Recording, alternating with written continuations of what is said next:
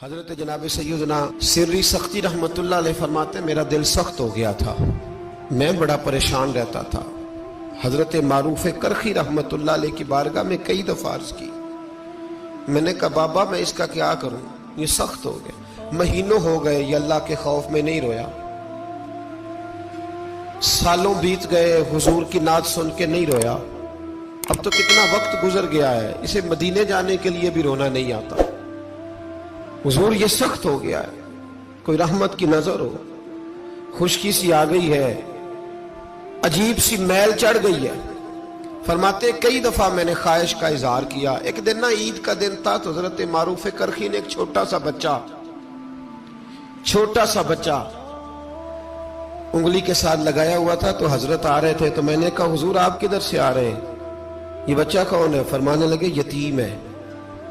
سارے بچے عید والے دن اخروٹ کے ساتھ کھیل رہے تھے، بیچارے کے پاس اخروٹ کوئی نہیں، تو حضور آپ کیا کریں گے؟ تو حضرت معروف کرخی کہنے لگے پیسے تو میرے پاس بھی کوئی نہیں اخروٹ خرید کے دینے کے، میں یہاں سے کھجوروں کی گٹھلیاں چنوں گا، وہ گٹھلیاں بازار میں بک جاتی ہیں، میں یہ گلیوں سے گٹھلیاں چنوں گا اور چن کے میں نے کہیں بیچوں گا، اور جب میں انہیں بیچوں گا تو پھر یتیم کے لیے 2-4 اخروٹ خریدنے کے قابل ہوں گا، پھر میں اسے اخروٹ خرید کے دوں گا۔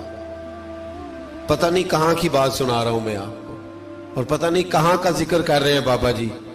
بچہ یتیم ہے، بچے اخروٹ سے کھیل رہے تھے، اس کے پاس اخروٹ کوئی نہیں۔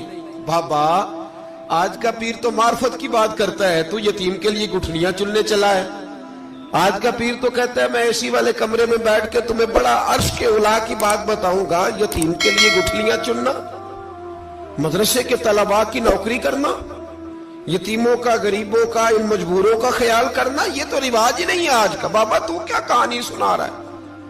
تو حضرت معروف کرخی کہنے لگے گٹھلیاں چنوں گا، پھر انہیں بیچوں گا، پھر جب کچھ پیسے ملیں گے نا تو میں اسے اخروٹ خرید کے دوں گا، اور فرمانے لگے جب یہ اخروٹ سے کھیل کر ہنسے گا نا تو اللہ میرے دل کو سکون عطا فرمائے گا۔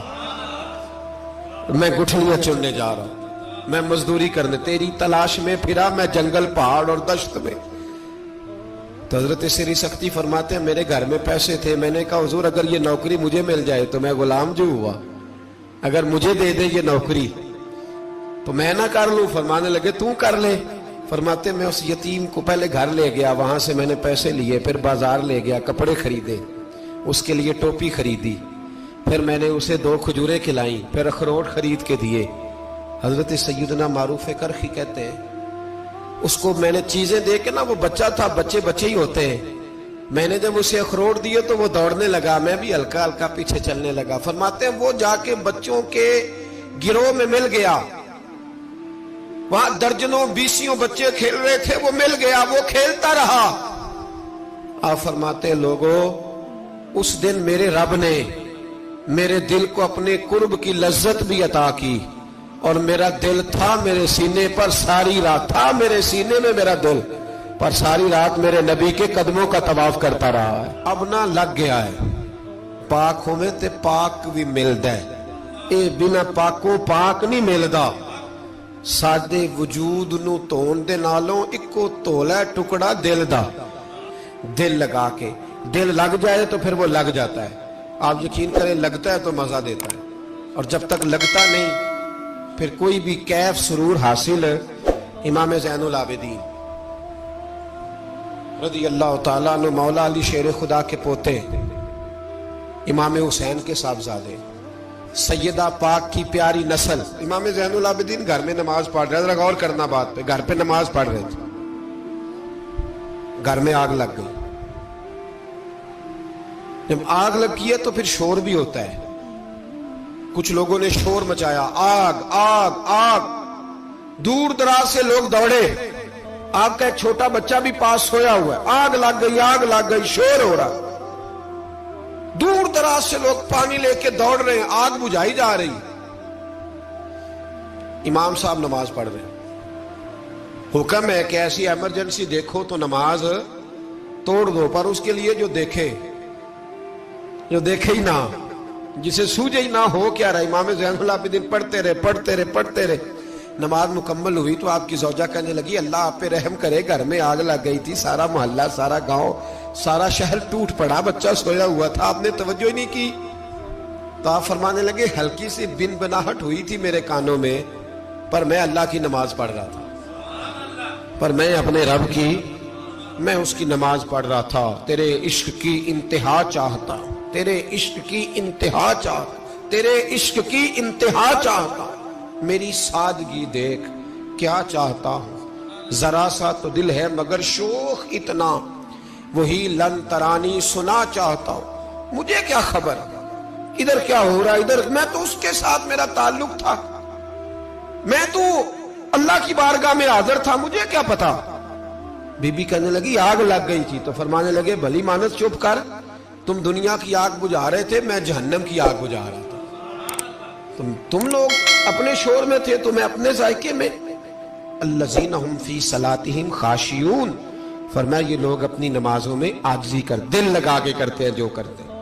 وہ بڑی خوبصورت مثال ہے, حضرت رومی نے لکھی ہے, بڑی مشہور بھی ہے.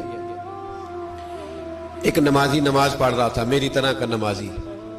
مجنو اس کے آگے سے گزر گیا, لیلا کے گھر جا رہا.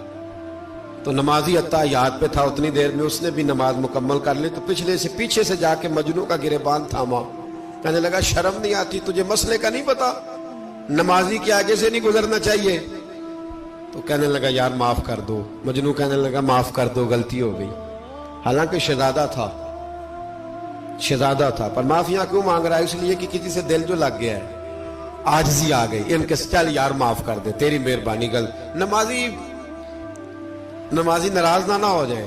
نمازی بڑے ڈاڈے ہوتے ہیں, کئی دفعہ بڑے سخت ہوتے ہیں. نمازی تھا بڑا پکا, تو وہ کہنے لگا نہیں, نماز خراب کر دی تو نے, تجھے پتہ نہیں آگے سے نہیں گزرنا چاہیے. اور ویسے بھی زمانے کا رواج ہے, جو معافی مانگ لے لوگ سمجھتے ہیں بزدل ہے. یہ بھی بڑا مسئلہ ہے. آپ تھوڑا سا کہہ دیں کہ جب دیکھی جائے گی جو ہوگی, لوگ سمجھتے ہیں نہیں ہے دم کم. معافی مانگ لے, سامنے والا بگڑ جاتا ہے, الا ماشاءاللہ. لیکن اس کا مطلب یہ نہیں کہ ہم معذرت کرنی چھوڑ دیں.